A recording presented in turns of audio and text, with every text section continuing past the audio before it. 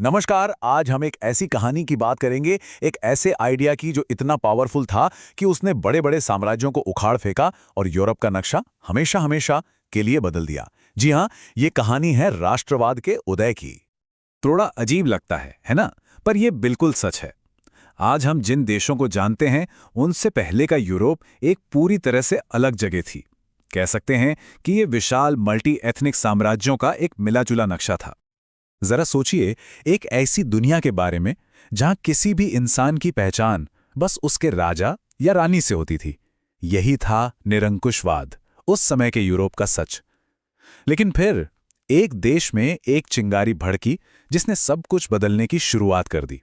तो हमारी कहानी की शुरुआत होती है 1789 की फ्रांसीसी क्रांति से।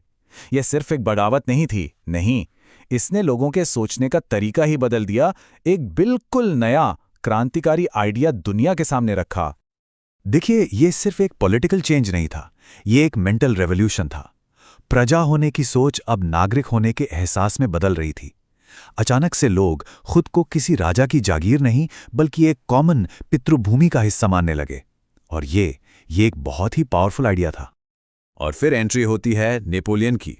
और यहाँ एक बड़ी दिलचस्प बात है।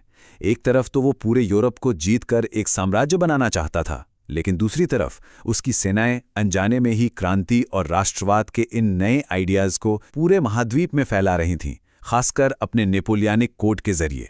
लेकिन जाहिर है, हर कोई इस बदलाव से खुश नहीं था।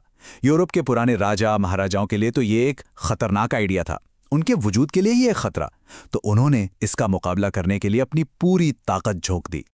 1815 में जब नेपोलियन हार गया तो यूरोप की बड़ी ताकतें ब्रिटेन, रूस, रशिया और ऑस्ट्रिया वियना में इकट्ठा हुईं।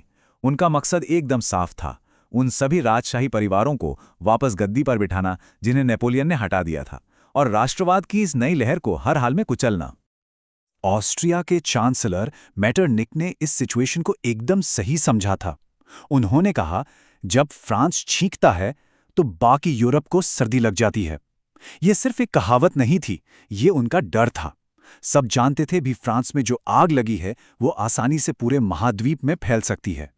और हुआ भी वही जिसका उन्हें डर था, वो आग फैल गई। वियना कांग्रेस की तमाम कोशिशों के बावजूद राष्ट्रवाद की इस लौ को बुझाया नहीं जा सका, बल्कि पूरे यूरोप में क्रांतियों की लहरें उठने लगी। ये कोई एक दो विद्रोह नहीं थे, ये विद्रोहों की एक पूरी सीरीज थी। 1820 के दशक में ग्रीस से लेकर 1848 की बड़ी क्रांतियों तक पूरा महाद्वीप जैसे सुलग रहा था। लोग आज़ादी और अपनी राष्ट्रीय पहचान के लिए उठ खड़े हो रहे थे। तो सवाल उठता है कि कौन थे ये लोग जो इन क्रांतियों को लीड कर रहे थे? ये थे पढ़े लिखे मिडिल क्लास के लोग, प्रोफेसर, टीचर, व्यापारी। ये वो लोग थे जिन्हें पॉलिटिकल राइट्स चाहिए थे, आर्थिक आज़ादी चाहिए थी, और उनके लिए एक राष्ट्र राज्य का आइडिया इन सब उम्मीदों को पूरा करने का सबसे अच्छा जरिया था।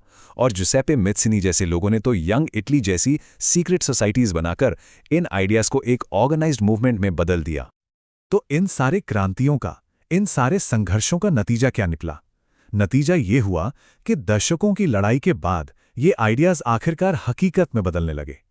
आइए देखते हैं कि कैसे इटली और जर्मनी जैसे दो बड़े राष्ट्र राज्यों का जन्म हुआ। इटली को एक करने का काम कई स्टेप्स में हुआ। इसकी शुरुआत हुई मैत्सिनी के क्रांतिकारी सपने से।